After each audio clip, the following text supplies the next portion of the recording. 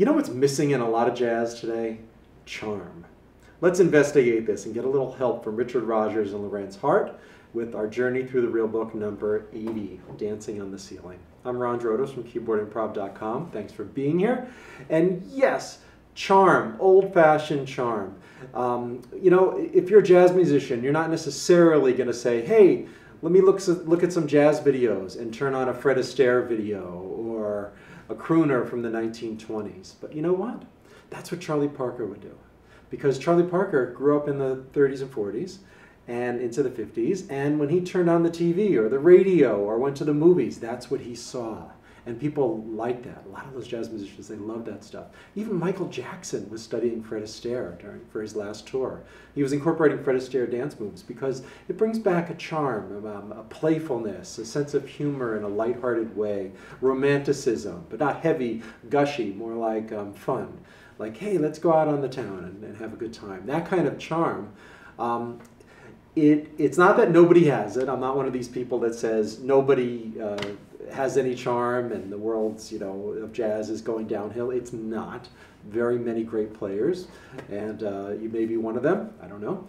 But the fact is that when someone from the earlier generations who was closer to that era, that's what they had going for them. The music came out of the Great American Songbook. They were watching these movies with Fred Astaire, tap dancers, listening to all types of music, not just jazz itself, because it was more related to pop music at the time, which had a lot of charm. Stay with me here. So when Charlie Parker played a phrase, often, especially when he was playing a ballad or interpreting a melody or a medium tempo tune, he would maybe follow a really fast line, something a little more charming. Miles Davis did that all the time.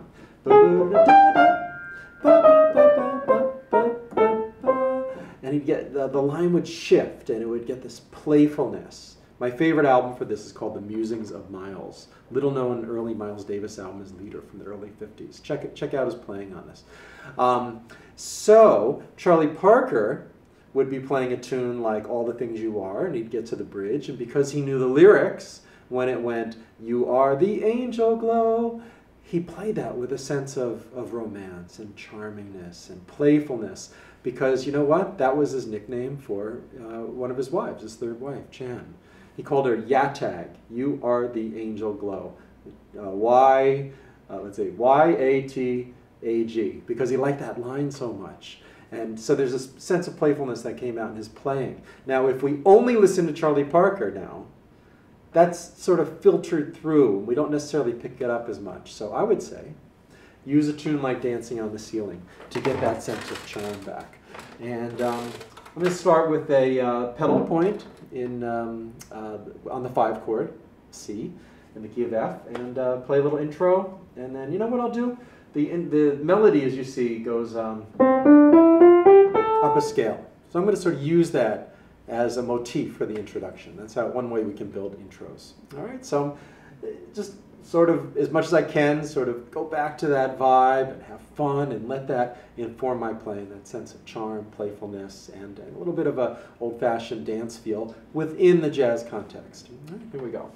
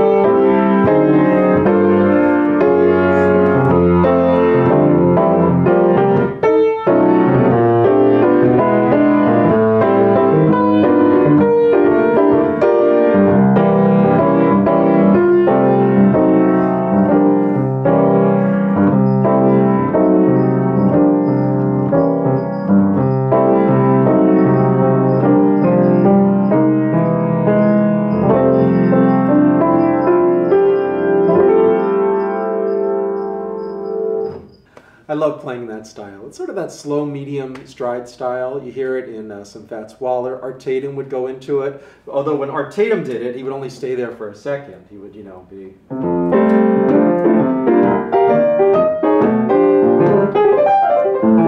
He would do his thing after, and then he'd come back into it.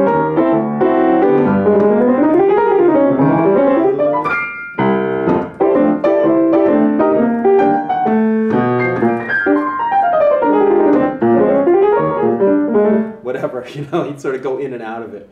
But that's part of the charm of his playing too. So enjoy, check out these tunes. The Real Book's got so many different varied tunes. It takes you through all these eras of jazz history. If you're interested in piano lessons, I'd love to help you out with that too. I do Skype or my video course with personal guidance at Keyboard Improv. Whichever way you go, good luck with your jazz playing. It's a big journey and it's a lot of fun, and bring some old-fashioned charm into your playing.